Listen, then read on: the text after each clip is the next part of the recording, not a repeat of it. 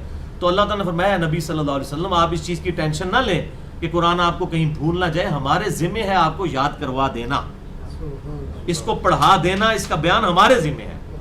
تو نبی صلی اللہ علیہ وسلم کا اپنا سٹیٹس یہ ہے کہ ان کو اللہ تعالیٰ تسلی دے رہا ہے. یہ کون سے بزرگ ہیں جو دائیں طرف سلام پھیرتے ہیں سارے حافظ, بائیں طرف سلام پھیرتے ہیں سارے ناظرہ, جھوٹ مار دینے, اسی لیے ان جناب بزرگ پیدا ہونے ہی ختم بند ہو گئے ہیں. انشاءاللہ ان قیامت تک بزرگ نہیں ہے پیدا ہونا, میں تمہیں دس دیا, کیونکہ اب میڈیا کا دور ہے. اب جو جھوٹ آپ بولیں گے اگلے دن مارکیٹ میں آ جائے گا. ابھی دیکھ رہے ہیں مولویوں کے چٹے بٹے کھل کے ویڈیوز کے ذریعے سامنے آ رہے ہیں. ہم تو پہلے کہتے ہیں جناب یہ مولوی آپ کا مال بھی لوٹیں گے, آپ کی عزت بھی لوٹیں گے, جب موقع ملے گا آپ سے جان بھی آپ کی لے لیں گے اپنی خاطر, اللہ کی خاطر نہیں, اپنی خاطر. تو بچ جائیں مولویوں کے فتنے سے, اپنے آپ کو بچائیں. اور بلکہ میں تو کہتا ہوں یہ سلوگن اب یہ الاپا جائے کہ اپنے آپ کو جیسے وہ یہ دعائیوں کے اوپر لکھا ہوتا ہے نا بچوں کی پہنچ سے دور رکھیں, تو یہ آپ میڈیا کے اوپر چلنی چاہیے کہ اپنے بچوں کو, اپنے رشتہ داروں کو, اپنے چاہنے والوں کو مولویوں کی پہنچ سے دور رکھیں. یہ اتنا بڑا فتنہ ہے, امت کا بیڑا غرق کر دیا انہوں نے. اور یہ قصے کہانیاں سنا سنا کے لوگوں کو مرے ہوئے بزرگوں کی عبادت کروا رہے ہیں. بھائی آپ کا دعویٰ ہے دنیا بزرگوں سے خالی نہیں ہوتی, بزرگ لے کے ہے سامنے. اتنی مٹی پلید ہو رہی ہے آج کل بزرگوں کی, آج سے پہلے کبھی نہیں ہوئی ہے. سامنے ہے, اپنا دفاع کریں آ کے کہ ہم ہیں یہ. اور ہر طرف جھوٹ پھیلایا ہوا ہوتا ہے. اب یہ ایک واقعہ ہے اور وہ آپ جس شہر میں چلے جائیں آپ کو واقعہ سننے کو ملے گا. جی او جی 1965 دی جنگ وچ نا جی انڈیا دے جہاز جدوں بم سٹدے سن نا جی تے جناب اے بزرگ قبر تو نکل کے انہاں نے جناب پل بچا لیا سی.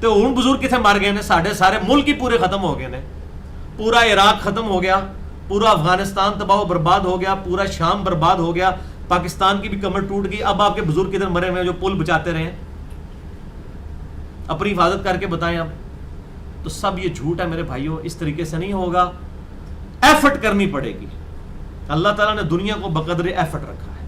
یہ سارے معاملات تو صحابہ کرام علیہم رضوان کے ساتھ نہیں ہوئے ہیں,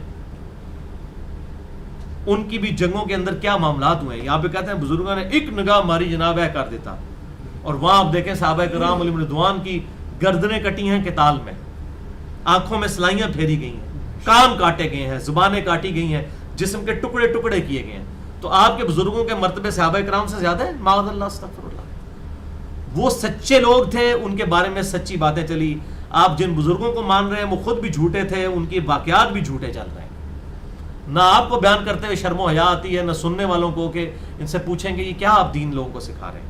اور میں آپ کو بتا رہا ہوں اس وقت اسلام کے اوپر, اسلام کے ساتھ سب سے بڑی دشمنی یہ علماء کر رہے ہیں جو اس طرح کی قصے کہانیاں سنا سنا کے اپنے بزرگوں کے بارے میں لوگوں کو دین کی غلط پکچر پیش کر رہے ہیں.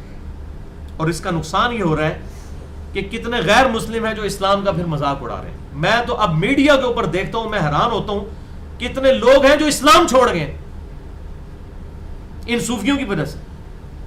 اسلام قبول کیا, ان کی حرکتیں دیکھی, انہوں نے کہا یہی کچھ ہم نے کرنا تھا تو ہم ادھر ہی ٹھیک تھے, اسلام ہی چھوڑ گئے, الٹے اسلام کے مخالفین بنے ہوئے ہیں. ابھی تو میں اس ٹاپک کی طرف آ نہیں رہا ہوں, ورنہ انسان پریشان ہو جاتا ہے کہ ان لوگوں کے غلط ایٹیچیوڈ نے کس طرح اسلام سے متنفر کروایا لوگوں کو. بولے اعوذ باللہ تعالی.